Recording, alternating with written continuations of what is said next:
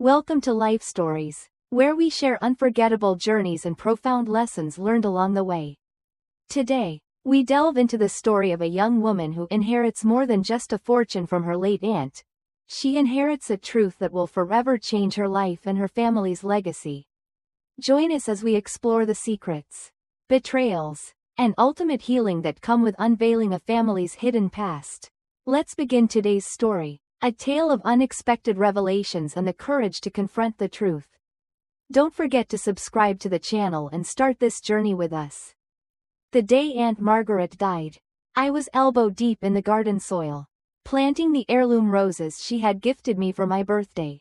They were her favorite, the Queen Elizabeth variety, and I remember the way her eyes twinkled with mischief as she handed them to me just 2 weeks ago, saying, "These have been in my family for generations. Just like secrets." At the time, I thought it was just another of her cryptic comments. But now, as I knelt in the dirt, holding her last gift in my hands, her words rang in my mind with unsettling clarity. The roses suddenly felt heavier, as though they carried a burden that I had yet to comprehend. The phone buzzed 3 times in my pocket before I finally pulled off my gloves and answered it. "Miss Blackwood?" a formal voice asked. One I didn't recognize. "This is Thomas Wright, your Aunt Margaret's attorney. I'm afraid I have some difficult news." My heart stopped. The world seemed to fall silent for a moment, and I could feel the weight of the soil beneath me as though I were sinking deeper into the earth. "What happened?" I managed to ask, though my voice felt distant, as though it were coming from somewhere far away. "Your aunt passed away in her sleep last night," he said, his voice soft but firm. He hesitated, and I felt a strange sense of dread creeping up my spine. "She left explicit instructions for me to contact you first, before anyone else in the family." I sank to my knees in the dirt, barely registering his words. Aunt Margaret, the woman who had taught me to read, who'd snuck me chocolate chip cookies during dreary family functions, who had supported every dream I'd ever had, was gone. The realization hit me like a wave, and I felt as if the ground beneath me had cracked open. "Miss Blackwood, are you there?" Thomas Wright's voice pulled me back to the present. "Yes," I whispered. "I'm here. What do you need me to do?" "There are specific instructions regarding her funeral arrangements. And," he paused again, clearly uncomfortable, "she left you a letter. It must be opened before the service." The weight of those words settled in my chest. A letter. My fingers trembled as I clutched the phone, still kneeling in the dirt. It seemed impossible that Aunt Margaret, who had always been full of life and secrets, was really gone. But there was something about the way Thomas spoke, something about the finality in his voice, that made it undeniable. "I'll be there in an hour," I said, my voice steady despite the whirlwind of emotions spinning inside me. I stood up, dusting off the soil from my hands, and wiped my eyes, trying to compose myself. The drive to the lawyer's office felt surreal. I tried to focus on the road, but my mind kept drifting back to Aunt Margaret. I remembered how she'd always made me feel special, always encouraged me to chase my dreams, no matter how far-fetched they seemed. But she was gone now, and all I had left were the roses in my hands, the last physical reminder of her presence. Thomas Wright's office was exactly what you'd expect from someone who handled old money, dark wood, leather-bound books, and a view of the city skyline that probably cost more than I earned in a year. He stood as I entered, offering a sympathetic smile. "Miss Blackwood, thank you for coming so quickly. Please, have a seat." I sat in one of the plush leather chairs, trying to steady my racing heart. There was an air of formality about the room that made the reality of Aunt Margaret's death feel even more distant. "Mr. Wright, what is this about? Why did Aunt Margaret want you to contact me first?" I asked, my voice betraying the tightness in my chest. He reached into his desk drawer and pulled out 2 envelopes, one thick and official-looking, with the law firm's letterhead. The other was smaller, cream-colored, and written in Aunt Margaret's elegant handwriting. He slid the cream envelope across the desk to me, and I could already smell the faint trace of roses and vanilla on the paper. "Your aunt was an unusual woman," he began, his voice measured, "brilliant in business, but also quite particular about how things should be done. She left very specific instructions about her will and funeral arrangements. That sounds like Margaret, I said softly, my voice barely a whisper. He nodded. She wanted you to read this privately first. And then we can discuss the rest. I picked up the envelope with trembling hands. The weight of it almost too much to bear. Inside, I found a single sheet of her personal stationery. The scent of roses and vanilla still clung to the paper. I opened it carefully, trying not to tear the edges. My dearest Emma, the letter began. If you're reading this, I've finally run out of time. Don't be sad. I've lived exactly the life I wanted. Which is more than most people can say. But I need one last favor from you. My darling niece. I paused, my breath catching in my throat. I felt her presence so strongly in that moment. As though she were right there with me. At my funeral, you'll need to read a letter. One that will change our family forever. You'll find it in the hidden compartment of my jewelry box, the one I showed you how to open when you were 12. Remember the trick with the rose carving? The words swirled in my mind. But I couldn't bring myself to read further just yet. I was still in shock. Still reeling from the realization that Aunt Margaret was gone. And now she was asking me to do something unimaginable. I took a deep breath and continued. The words heavy with meaning. Some people might call this revenge. But I prefer to think of it as justice. Long delayed, perhaps, but justice nonetheless. The truth is, I've left everything to you, Wright Industries. My personal assets, all of it, but there's one condition. You must read that letter at my funeral with the entire family present. No exceptions. The words struck me like a thunderclap. Everything? Wright Industries, the company that had been the heart of our family for decades? My head spun as I tried to process what this meant. I know this is a lot to ask. Especially now. But you've always been the strong one. Emma, the honest one. That's why it has to be you. All my love, Aunt Margaret. I stared at the letter for a long moment. Unsure of what to think. Why had Aunt Margaret left everything to me? And why had she made such an unusual request? What secret was she asking me to reveal at her funeral? I couldn't fathom it. But somehow, deep down, I knew this was only the beginning. The funeral arrived faster than I could have ever anticipated. The days leading up to it had been a blur of preparations. Family phone calls, and unanswered questions. My father had been insistent on talking to me, but I refused to give him any details. He could wait like everyone else. This was Aunt Margaret's last wish, and I intended to honor it. The morning of the funeral was bright and clear. But it felt like the weight of the world had settled in my chest. I dressed carefully in a deep blue suit, the color Aunt Margaret had always favored, and pinned one of her prized roses to my lapel. The scent of the rose was almost overwhelming, but I welcomed it, letting it fill my senses. The day was about to be more than just a farewell to a beloved family member. It would mark the beginning of something much deeper, something that would change everything. When I arrived at the cathedral, it was already packed. The Montgomery family had been prominent in both business and philanthropy, so the service was attended by a mixture of family, business associates, and various city officials. It was the kind of event that felt heavy with expectations, as if everyone were waiting for something monumental to happen. As I entered the grand space, I immediately spotted my father. His eyes locked onto mine, his expression a mixture of anxiety and something darker. Something I couldn't quite place. Before I could make my way to the pews, he intercepted me, his grip tight on my arm. Emma, we need to talk about the will, he said, his voice low and strained. Thomas Wright won't tell us anything. He says we have to wait until after the service. What's going on? I met his eyes steadily. We'll all find out together. Dad, that's what Aunt Margaret wanted.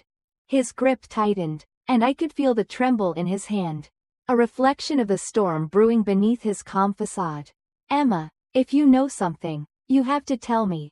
This isn't just about the will. Let go, Dad, I said quietly but firmly. This is Aunt Margaret's funeral.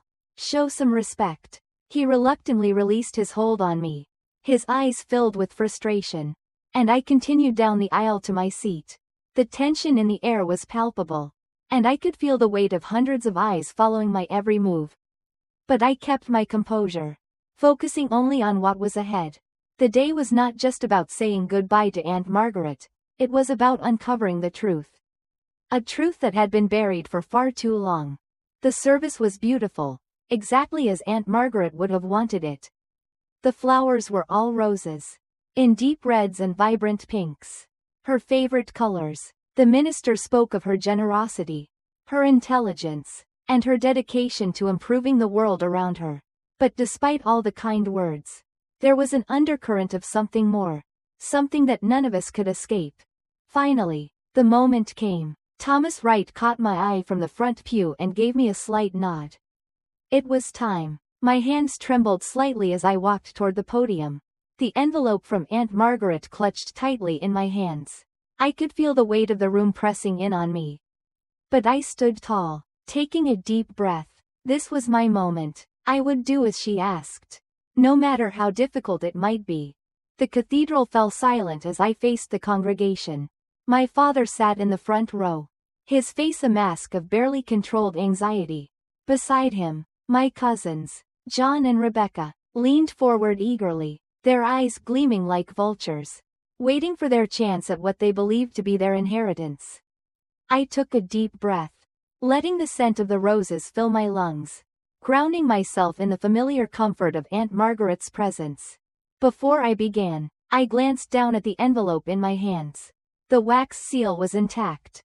As I had expected, it felt heavier than it should, almost as if it were weighted with more than just paper and photographs. I cracked the seal slowly, acutely aware of the hundreds of eyes watching me. As I pulled out the papers, I could hear my father make a strangled sound from the front pew. The first photograph I pulled from the envelope showed Aunt Margaret, much younger, standing next to a man I didn't recognize. They were both smiling, holding up what appeared to be blueprints.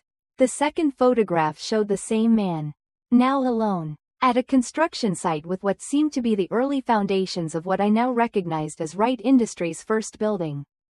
I cleared my throat and began reading from Aunt Margaret's letter, my voice steady despite the storm of emotions raging inside me. My name is Margaret Montgomery, and this is the truth about how Wright Industries began. I could feel my father's eyes on me, the tension thick in the air. But I pressed on. The man in these photographs is Samuel Foster, a brilliant engineer and my business partner in 1975. He was also the true founder of what would become Wright Industries. The room seemed to hold its breath as I continued, revealing the secret Aunt Margaret had carried for decades. Samuel and I met at university. We shared a vision for creating sustainable building materials that would revolutionize the construction industry. Samuel had the technical genius, and I had the business acumen. Together, we created the foundation of what Wright Industries would become. As I read, I could see the shock spreading across the faces of the family in the front row. My father's face had gone completely white. The second photograph I pulled out showed Aunt Margaret and Samuel shaking hands over what appeared to be a contract. We were equal partners, I continued, my voice unwavering, splitting everything 50-50, the patents, the company, the profits. All of it was shared between us until the night of October 15, 1976, when Samuel died in what was reported as a car accident. My father began to stand, but my uncle Daniel quickly pulled him back down.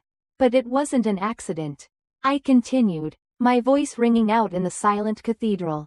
The brake lines in Samuel's car had been cut. I discovered this too late, after the police had already closed the case. I also discovered something else. Papers had been filed just hours before Samuel's death, transferring his entire share of the company to the Montgomery Family Trust. Papers that bore his signature, a signature that I now know was forged by my own brother, Daniel Montgomery. The gasp that echoed through the cathedral was deafening. My father's face turned an alarming shade of gray, and I could see the truth in his eyes. The secret had been revealed, and the world would never be the same again. The room erupted in gasps and murmurs, the truth hanging heavily in the air. My father, his face a mask of disbelief and rage, stood up from his seat.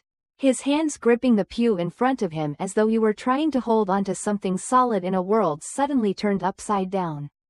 He looked as though he might shout, or even try to storm the podium, but his body seemed to betray him. He sank back down, the weight of guilt settling on him like 1,000 pounds. "Stop this immediately," my father shouted, his voice thick with anger and desperation. "This is slander." I met his eyes directly, unwavering, my voice steady despite the maelstrom inside me. "No, Dad," I said calmly, almost softly, "this is truth. Aunt Margaret left proof." I held up the stack of documents I had pulled from the envelope, copies of the original contract between Aunt Margaret and Samuel. Forensic analysis of the forged documents. Police reports that had been buried for years. And bank transfers. Aunt Margaret had kept everything. She had been meticulous, her mind sharp until the very end. Aunt Margaret had always been the one to see the truth in things. Even when it was difficult. Even when it meant facing the most painful of realities. She had watched her own brother, my father, build his empire on the ashes of a crime. A crime he had hoped no one would ever uncover. But Aunt Margaret was no fool. She knew the price of silence. And she knew how much it would cost to let the truth die with her. She had waited, knowing that her death would be the moment when everything would come to light. "Why reveal this now?" I heard my cousin John ask, his voice low but laced with an undeniable sense of horror. He turned to my father, his eyes wide, as if something were slowly clicking in his mind. "Why now, Aunt Margaret?" I took a deep breath and continued reading, feeling the weight of their gazes on me. "I'm revealing this now because I've spent 45 years building this company into something Samuel would have been proud of. I've used our success to fund research, to support sustainable development, to create opportunities for brilliant minds like his. But I've also spent 45 years watching my brother profit from his crime. Watching him raise his children to believe that privilege and power put them above the law." My father slumped in his seat, his face drained of color. The fight had gone out of him, and all that was left was the bitter taste of shame.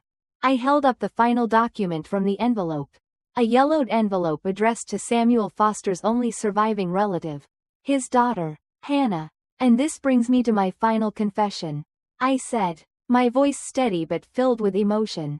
"Over the years, I've kept track of Samuel's daughter. I've funded her education anonymously, her research, her work in sustainable engineering. I've watched her grow into the kind of brilliant, ethical scientist her father was. Hannah Foster now runs one of the most innovative green technology firms in the country. Though she's never known who was backing her." There was a stir in the congregation as a woman stood up from the middle pews. She was about my age, with dark eyes that carried the same determined expression I had seen in the photographs of Samuel Foster. The moment was surreal, as though Aunt Margaret had planned it all along. Hannah walked toward the front of the cathedral, her steps deliberate, as if she were carrying the weight of the world on her shoulders. She stopped in front of my father, her eyes not filled with rage, but with something deeper, perhaps sorrow, or the quiet understanding of what had been stolen from her. "All these years," Hannah said, her voice shaking slightly, "I thought my father was a failure who abandoned his work. I never knew, never imagined." I stepped down from the podium.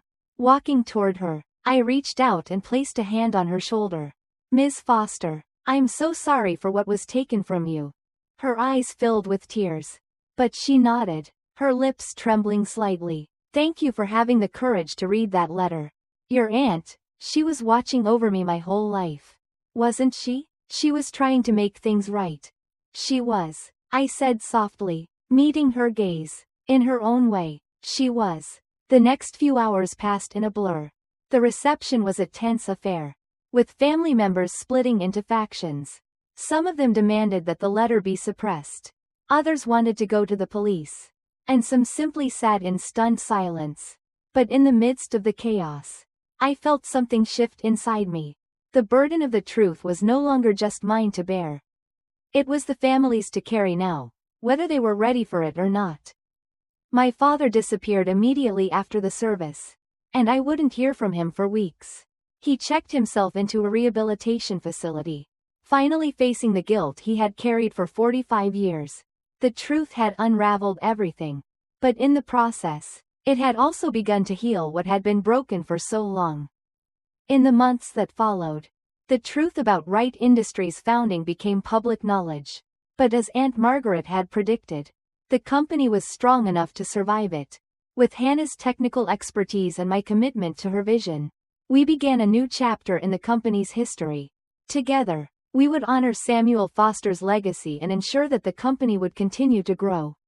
Not on the foundation of lies, but on a firm, honest ground. Aunt Margaret had always believed that beauty could grow from even the darkest soil.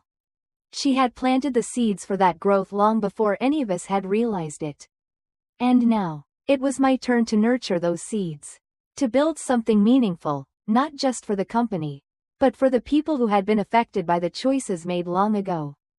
The roses she had given me for my birthday had blossomed more beautifully than I could have imagined. A vivid testament to the enduring legacy she left behind. Every bloom seemed to carry her spirit, quietly resilient. Just like the woman who had planted them. Hannah and I continued to meet regularly, our partnership growing stronger as we navigated the complexities of the company together. We worked side by side, driven by the shared vision of what Wright Industries could become, a force for good in the world. Grounded in truth, sustainability, and ethics, each decision we made was a small tribute to the woman who had changed the course of our lives. Who had ensured that Samuel Foster's name would not be forgotten, and whose final gift had given us the chance to rebuild not only a company but a fractured family. I still think about Aunt Margaret every day, especially when I walk through her garden. I hear her voice in my mind, wise and knowing, reminding me that sometimes the greatest gifts are those that come with a weight, those that push us to confront the uncomfortable truths we'd rather ignore. As I reflect on all that's happened, I know one thing for certain: Aunt Margaret's death wasn't the end of her story. It was only the beginning. Thank you for joining me on this journey. If you enjoyed this story, don't forget to subscribe to our channel for more life stories. There are always lessons to be learned. And together, we can continue to explore the complex and beautiful stories that shape our lives.